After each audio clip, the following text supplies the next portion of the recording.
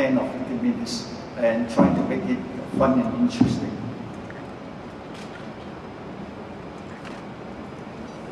So that's tonight's topic. Yeah. I also have to thank an advisor of our Photographic Society, Mr. Ken Chiu Tam. He provided some of the pictures here.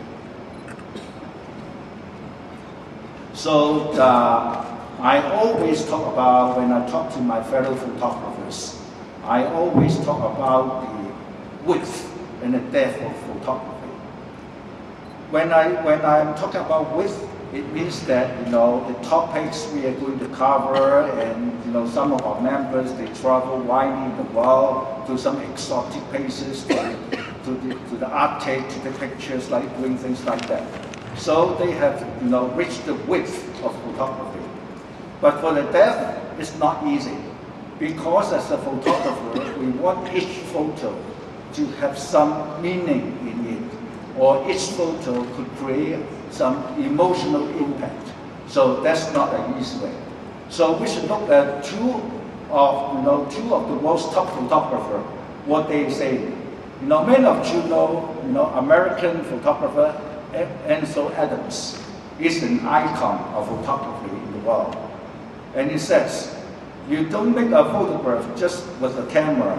You bring to the act of photography all the pictures you have seen, the books you have read, the music you have heard, the people you have loved. So that's his philosophy. The other one is a French photographer, and he said, I could not pronounce his name in French. I only can say Mark. Taking picture is savoring the life intensely every hundredth of a second. So it's very well said.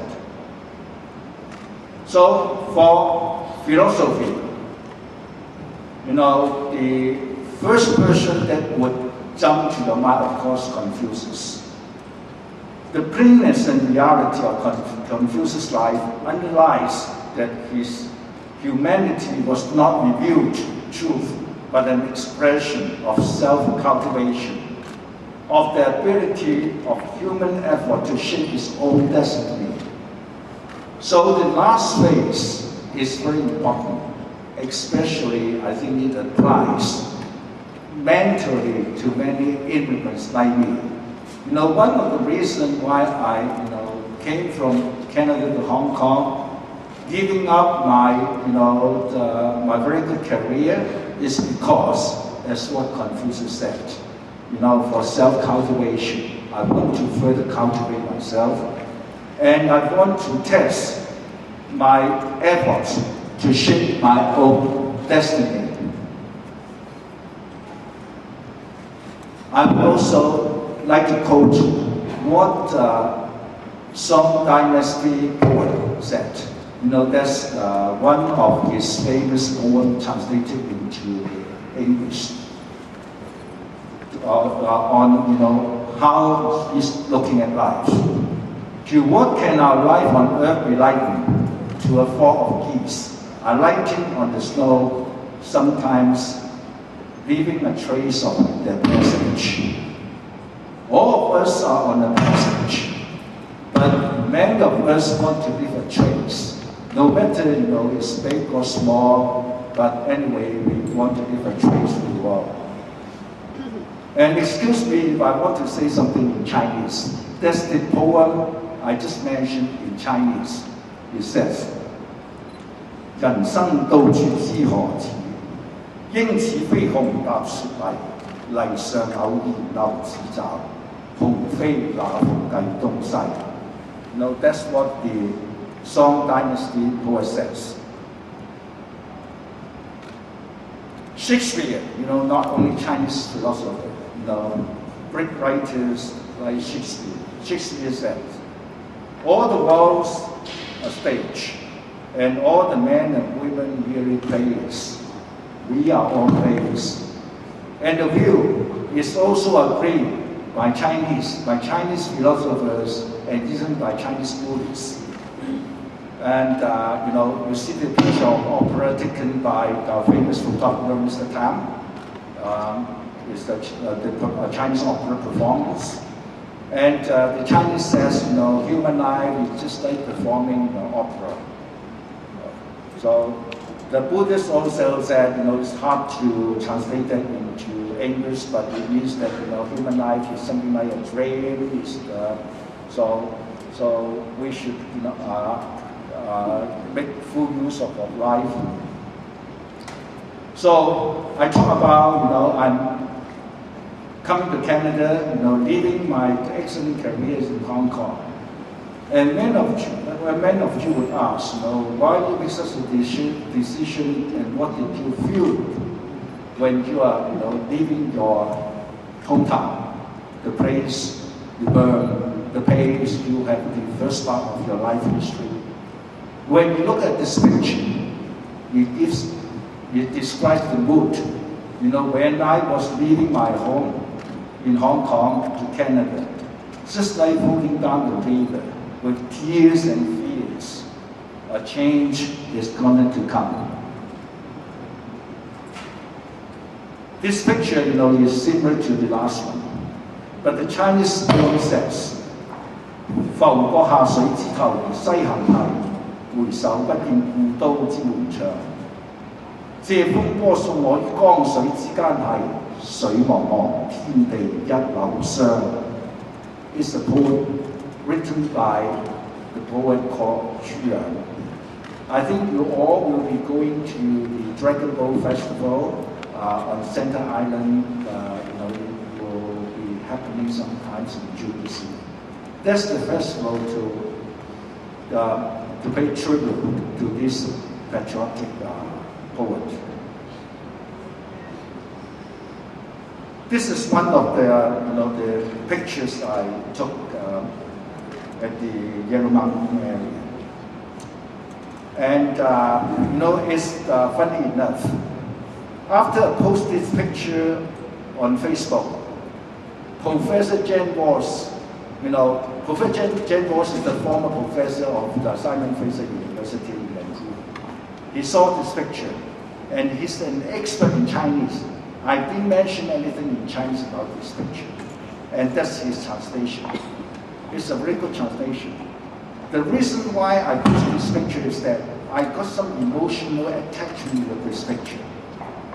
Lately, you know, you notice that I put two lines there, a Chinese couplet.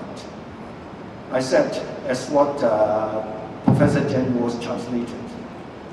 Vaguely, we can see the beauty of land. Plainly, we can feel the ways of the world. Why I have such feeling? You know, as I said earlier, when I was in Hong Kong, I was doing extremely well. Yes. So I made the decision to come over. You know, I always feel that if you are too critical with this world, just like taking a picture of the Yellow Mountain, you would not see, we would not consider it a beautiful world, because, you know, there are so many things we do not like, you know, happening in this world. You know, people are not perfect, the world is not perfect. But when you look at it, just like, you know, a photographer is looking at the Yellow Mountain. If a Yellow Mountain without clouds, it would not be as pretty. So people admire Yellow Mountain, saying that it's the the prettiest mountain in China is because of the clouds. Because you could not see Yellow Mountain clearly, just like our human life. If, for ladies, if you are too critical about your husband, you will say, no, my husband is not good enough. So not to be so critical. And the next sentence says, plainly we can feel the ways of the world. You know, I used the sentence even, you know, during the farewell party giving to the director of the Hong Kong Government's office. I mentioned the sentence. I was saying to her, you know, when you are in Canada, you're the head of the, you know, Hong Kong, or the head of the States. So people admire you. So you got so many people around you, and every time, like Councillor Chin Lee is invited to speak. But if Councillor Chin Lee is not in that position, so we have to look at still how many people would be around him, would be praising him, would like to make friends with him. So that's the reality of life. So if you are in a high position, then you will have quite a number of friends. But if you are in the low tide of your career, then there will be no people around you. So that's the reality of human life that we have to face. So the next one is also a picture taken in the Yellow Mountain. It also described my feeling when I first landed in Canada.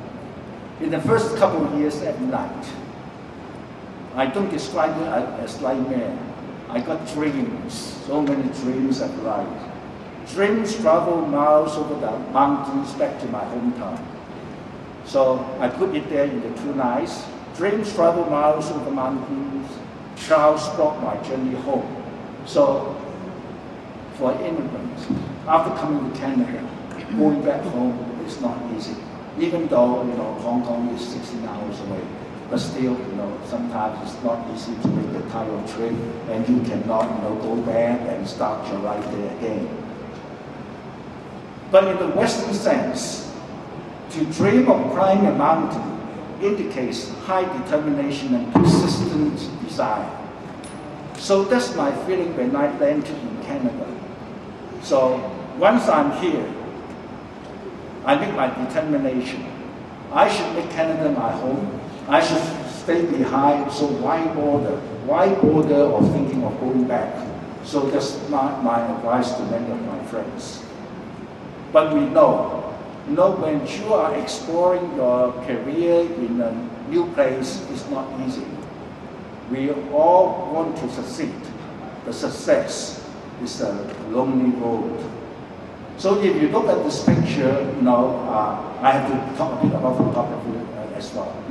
Sometimes when people take pictures, they would like to have a very, use flowers as background, very beautiful background. But if you want to create some special effects, a simple background like that will make an excellent picture. Especially, you notice the V shape behind. Yeah, it makes the picture extraordinary. This is another example. So I said here, is your road, is my road. Others may walk it with you, but no one can walk it with you. So remember this truth.